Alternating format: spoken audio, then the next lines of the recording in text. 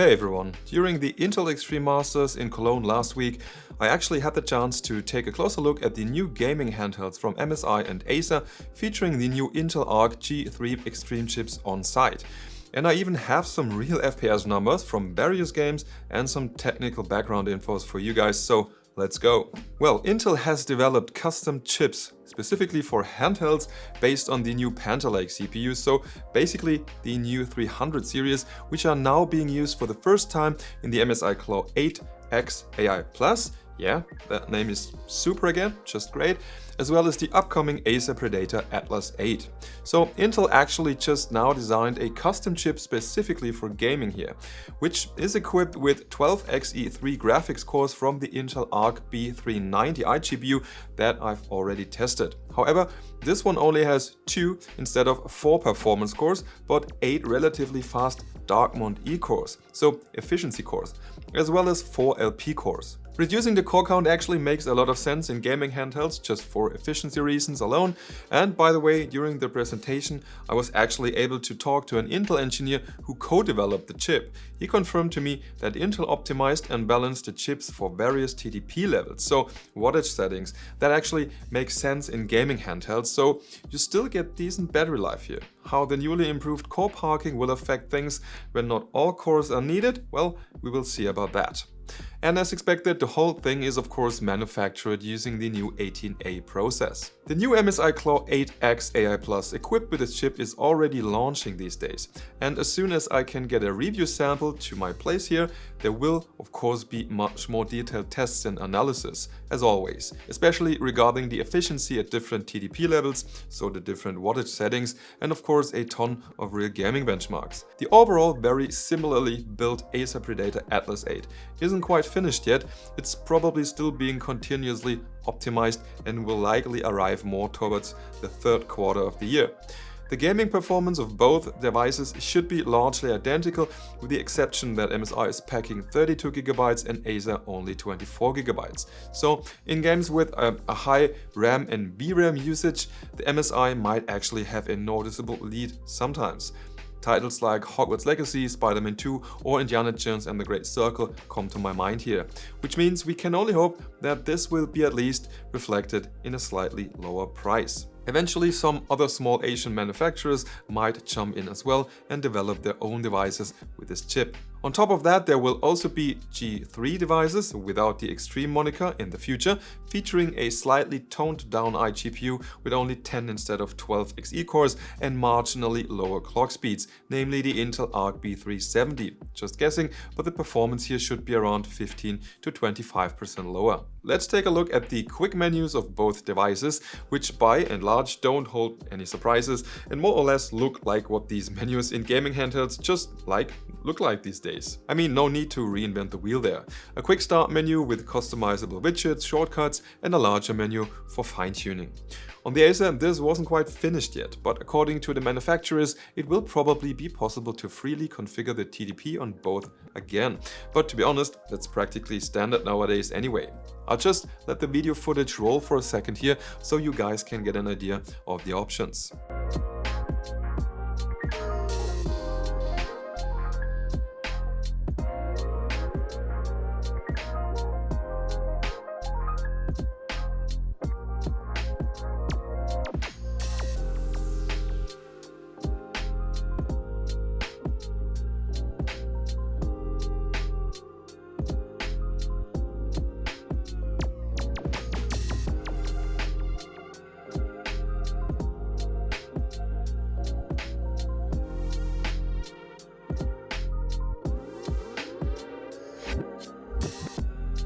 Just a quick reminder here that I've already made a few videos with the iGPU used here, the Intel Arc B390, that was in a regular Panther Lake laptop. Sure, but the numbers should be pretty similar overall. Now let's get to the first benchmarks with real FPS numbers.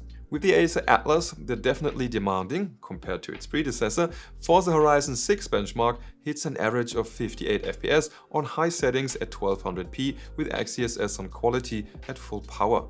On the 120Hz 8-inch display with FreeSync, that actually looks really smooth and is very pleasant to play. Just for comparison, my 50W RTX 4050 gets around 65 to 70 FPS in this scenario, so slightly more. If you need more FPS on a handheld, you can safely drop down to medium settings and XeSS balanced here.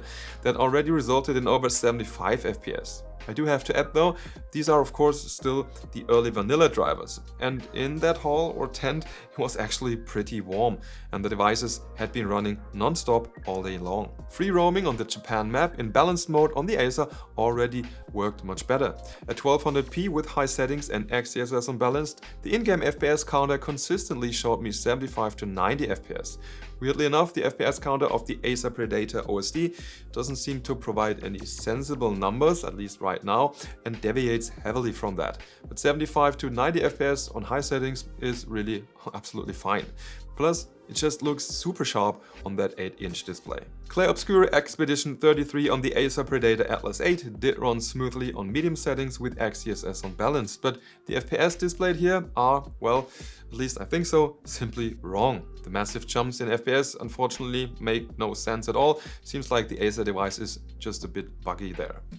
Alright, and here we have Hogwarts Legacy on the MSI Claw, which was running in manual mode at maximum power here. All of that at 1200p with XeSS unbalanced, high settings, ray tracing turned off, and XeSS frame gen by 2 was also briefly active at the start. As you can see up here in the OSD, that resulted in around 100 to 180 FPS. Well, with frame gen enabled that is, but even if we turn that off, it was probably still around 70 to 100 FPS. If I can actually confirm that in my future benchmarks, that would be really solid and basically 1-to-1 RTX 4050 50W level again. Like I said, that was at a maximum chip power of 45W, with the total system now drawing around 55W. Now if we switch over to the endurance mode here, which drops the chip TDP to 13 to 40W, with a total TDP of now around 25W, probably 3 hours of battery runtime, it was apparently still hitting around 40 to 60 FPS even with the high settings. For such a graphically demanding AAA game at only 13W, that would actually be pretty impressive. The new LEGO Batman was also installed on the MSI Claw. Just for fun, I let that run at only 8W here, which corresponded to the minimum TDP of the MSI Claw, but paired with low settings and XeSS and performance. However, it was actually still somewhat playable to a certain degree with roughly 30 to 45 FPS. The total system power draw was at 15W now, which means with an 80Wh battery that would roughly last for about 5.3 hours. At a full APU power, these settings were enough for about 60 to 80 FPS here, but then again, the device also needs 3 times as much power now and therefore only has a third of the battery life. Before we wrap this up, I saw that the German website hardwarelux.de already published a review. In a direct comparison with the Xbox LIX, for example, the MSI Claw with the G3 Extreme actually performs noticeably better in synthetic as well as in gaming benchmarks. In some cases, the Intel chip at 20W is faster than the Z2 Extreme at 30W, and that will highly likely be the case for the ACER Atlas 8 as well. The prices will of course be pretty steep, but that's not at least due to the currently terrible situation regarding RAM and SSDs. As soon as I hopefully have a review unit sitting on my desk here, I'll of course follow up with various comparison tests here on the channel, including the usual detailed efficiency curves that you guys might already know, so we can see at which wattages the device actually makes the most sense.